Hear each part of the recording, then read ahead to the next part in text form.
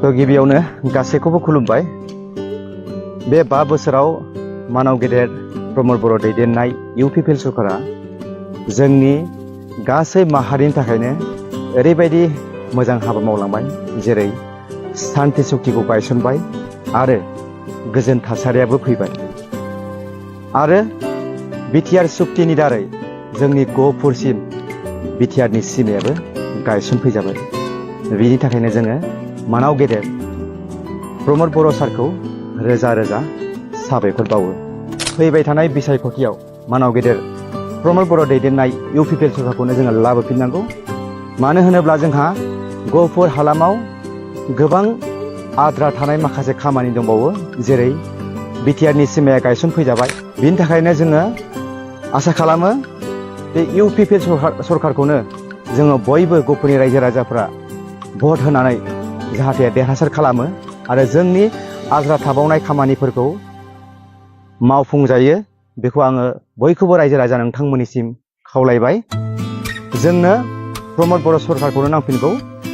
प्रमद बर' दैदेननाय UPPL सरकारा जोंनि गहपुरनि थाखाय बे 5 बोसोराव एसेब्लाबो जोंनो जोंनि मोन्थायखौ होफैदों आरो जों बेखौबो बुंनांगोन, बे 5 बोसोराव प्रमद बर' दैदेननाय इउपिपिएल सरकारा गोबां बर'नि मुंजोंनो आसनि फोसावलांदों, जेरै आलारि सोरां, माइनाव सोरां, अनसाय बिथांखि, बिदिनो गोबां आसनि, जेरै 28 आसनि बर'नि मुंजोंनो फोसावलांनाया बे जोंनि बर'फोरनि थाखाय जोबोद मोनसे बाख्नायथाव होननानै जोङो साननानै लानो हायो। आरो बड'फा सुपार 50 मिशननि दारै दिनै जोंनि बर' लाइमोन सेंग्रा सिख्लाफोरा गोबां बेयाव फ्रि कचिं लानानै फरायनो सुबिदा मोन्दों। बे 5 बोसोराव मा मावदों होननानै बुङोब्ला गोबां इउपिपिएल सरकारनि माखासे हाबा मावनाय दङ, जेरै आं नोंथांमोननि सिगाङाव बुंनि, सिगांनि समाव हाग्रामा दैदेननाय जि बिपिएफ सरकार, बे 17 बोसोराव बिथांमोननि दैदेननाय समाव जेरै दैजिं फेस्टिभेल बानायदोंमोन। दैजिं फेस्टिभेलनि मुङाव इउपिपिएल सरकारा लिटारारि फेस्टिभेल लाबोदों। लिटारारि फेस्टिभेला जोंनि बर'नि थाखाय मोनसे गोनां आरो बेयो जोंनि राव थुनलाइखौ फेहेरनाय बुहुमाव। हाग्रामा ब्रिजनि मुङाव जेरै प्रमद बर' दैदेननाय इउपिपिएल सरकारा दिल्लीयाव 835 मिटार बेबायदि लामा बानायदों, बेयो जोंनि मोनसे बाख्नायथाव। नाथाय हाग्रामाया बे 17 बोसोराव जोंनि बड'फाखौ गोसोखाङाखै। दा हाग्रामा बिथाङा बेयाव गावनि हाग्रामा ब्रिज बानायबाय, नाथाय बड'फाखौ खनसेबो गोसोखाङासै होननानै सानना लानो हायो। दा बे हिसाबै जोंहा दिल्लीयाव बड'फानि मुसुखा गायसनजाबाय। बेयो जाहैबाय इउपिपिएल सरकारनि दैदेननायाव। आरो गोबां बुंनो थाङोब्ला गोबां बेबायदिनो जोङो एग्जाम्पोलखौ जों नुहुरो गहपुरनि सासे जोङो थागिबि जानानै। आं बेफोरखौ बुंनो थांला, दा गोबां खोथा दङ।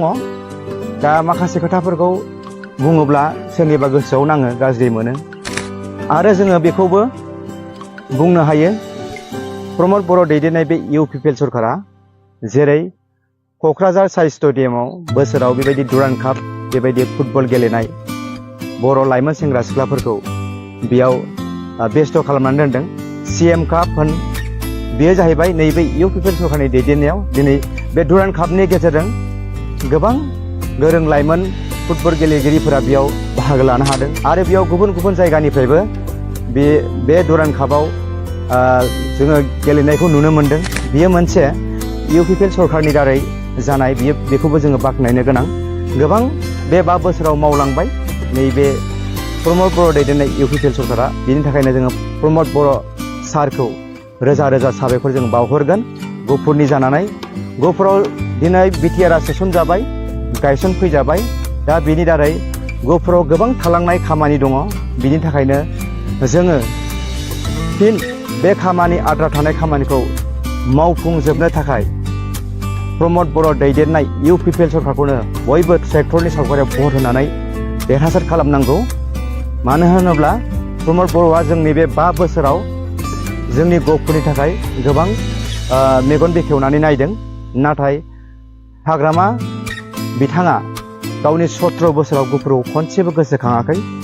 बिनि थाखायनो आं गहपुरबासिखौ खावलायो, बयबो गावजों गाव एना एनि सानालासिनो बे खेबसेखौ प्रमद बर' दैदेननाय UPPL सरकारखौनो खनसे जोङो देरहासार होफिननांगौ। जोङो बेखौनो बयबो रायजो राजा नोंथांमोनखौ खावलायबाय आरो आङो